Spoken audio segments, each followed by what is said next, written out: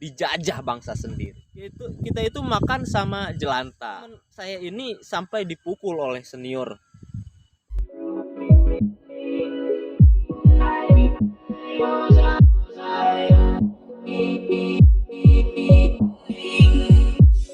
Sampurasun Baraya sedulur seperjuangan. Beberapa tahun terakhir sempat viral video pelarungan ABK kapal ikan di luar negeri sana. Dari sana juga berbuntut sampai sistem kerja, upah dan kehidupan laut di kapal luar negeri terkuak. Mendengarnya sangat miris untuk kalian, tapi tidak untuk saya.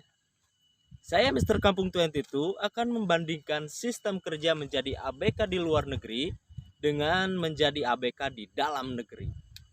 Dari viralnya pernyataan para ex ABK kapal ikan luar negeri, dapat beberapa poin yang dapat dibandingkan.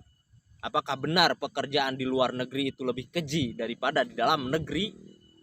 Bagaimana dengan nasib para ABK dalam negeri? Lalu kenapa saya berani membandingkan?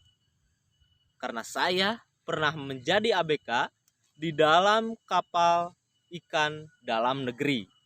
Mari kita simak.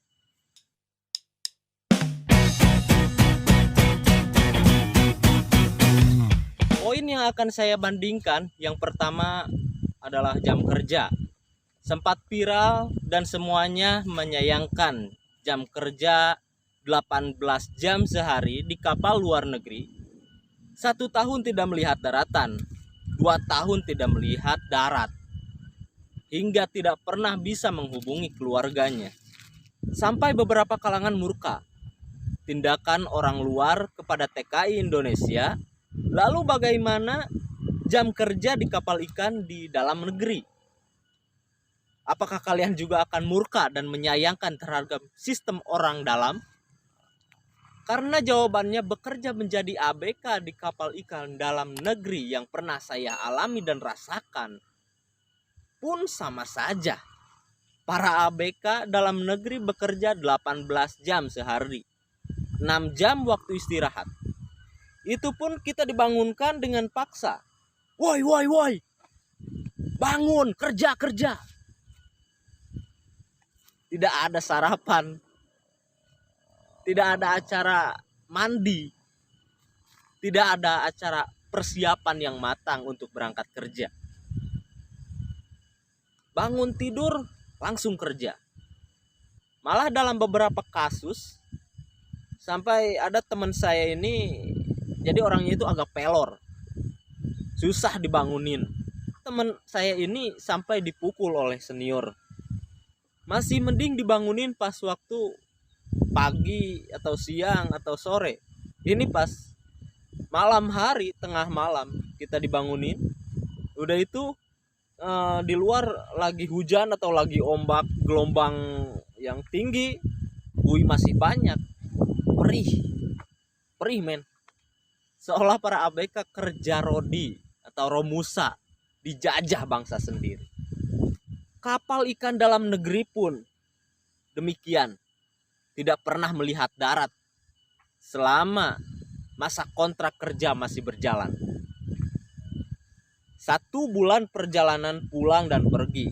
Jadi 14 hari berangkat, 14 hari pulang. 10 bulan lebih kerja di tengah samudra.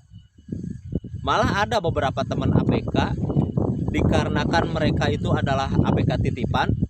Jadi ABK titipan itu adalah ABK yang kerja di tengah-tengah kontrak. Malah mereka 18 bulan tidak bisa pulang. Bayangin, 18 bulan men, tanpa melihat daratan, tanpa melihat keluarga, tanpa bertemu mereka. Urusan tidak bisa menghubungi keluarga karena namanya ABK kapal ikan. Kerjanya di tengah lautan, di tengah samudra. Bayangin dari Indonesia saja 14 hari men. 14 hari ke lokasi pemancingan. Jangankan sinyal handphone, sinyal radio pun terputus-putus. Dan kapten kapal itu menggunakan sistem radio, bukan handphone di perairan samudra. Para ABK hanya bermodalkan hayalan dan imajinasi untuk menemui para keluarga. Kayak orang gila gitu, tahu gak? Diselingi doa untuk keluarga di rumah. Karena jangankan ABK baru, kapten saja sekalipun sama, mereka merasakan kerinduan pada orang daratan. Poin yang kedua yaitu persoalan makanan. Yang katanya di luar negeri ketika stok habis, makan sama ikan ditempel di knalpot, atau makan sama air garam, atau makan paket di atas tutup panci. Di perusahaan kapal ikan dalam negeri pun yang saya alami ya sama saja. Yang namanya jauh dari daratan, makanan diawet-awet, jangan dihambur-hamburkan. Kadang kalau sudah habis stok, kita itu makan sama jelantah.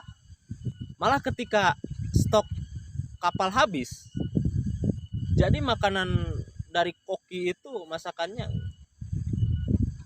amburadul, gak ada rasa, karena gak dipakai garam, karena gak ada bawang, karena gak ada bumbu, jadi masakannya hambar.